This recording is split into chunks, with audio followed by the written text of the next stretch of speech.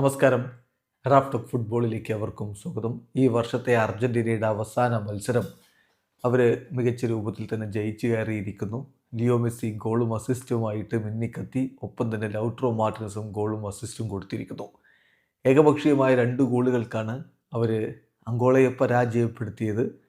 അങ്കോളയിൽ ലുവാണ്ടയിൽ നടന്ന മത്സരത്തിൽ അർജന്റീനയുടെ മുന്നേറ്റങ്ങൾ നയിച്ചുകൊണ്ട് ലൗട്രോ മാർട്ടിനസും തിയാഗോ അൽമൈഡയും ലിയോ മെസ്സിയുമൊക്കെ ഒരുമിച്ചാണ് കളിക്കളത്തിലേക്ക് ഇറങ്ങിയത്. കളിയുടെ 43-ാമത്തെ മിനിറ്റിലാണ് ലൗട്രോ മാർട്ടിനസിലൂടെ അർജന്റീന ലീഡെടുക്കുന്നത്. ലിയോ മെസ്സി മനോഹരമായിട്ട് മുന്നോട്ട് കൊടുത്ത പന്തുമായിട്ട് അദ്ദേഹം സ്കോർ ചെയ്യുകയായിരുന്നു. ആദ്യ പകുതി അവസാനിക്കുമ്പോൾ അർജന്റീന ഏകപക്ഷീയമായ 1 ഗോളിന് മുന്നിലായിരുന്നു.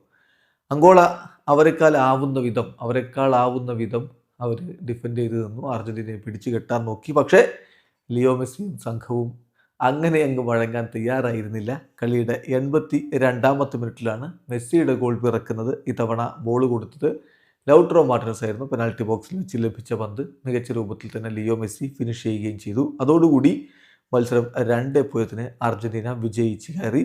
ഈ കളിയിൽ മെസ്സിയുടെ പ്രകടനത്തിന് നൽകിയ റേറ്റിംഗ് 8.1, ലൗട്രോ മാർട്ടിനസിൻ്റെ പ്രകടനത്തിന് നൽകിയ റേറ്റിംഗ് 8.8 Sofascore.comൻ്റെ കണക്കാണ് നമ്മൾ പറയുന്നത്.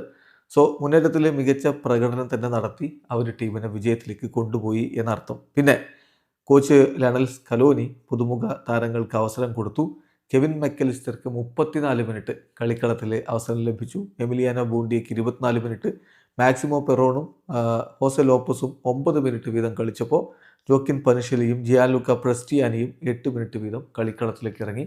അങ്ങനെ പുതിയ താരങ്ങളെ കൂടി ഉൾപ്പെടുത്താൻ സ്കലോനി ശ്രദ്ധിക്കുകയും ചെയ്തു. വീഡിയോ അവസാനിക്കുന്നു. ഫുട്ബോൾ ലോകത്തെ കൂടുതൽ വിശേഷങ്ങളുമായി റാഫ് ടോക്സിൽ എത്താം.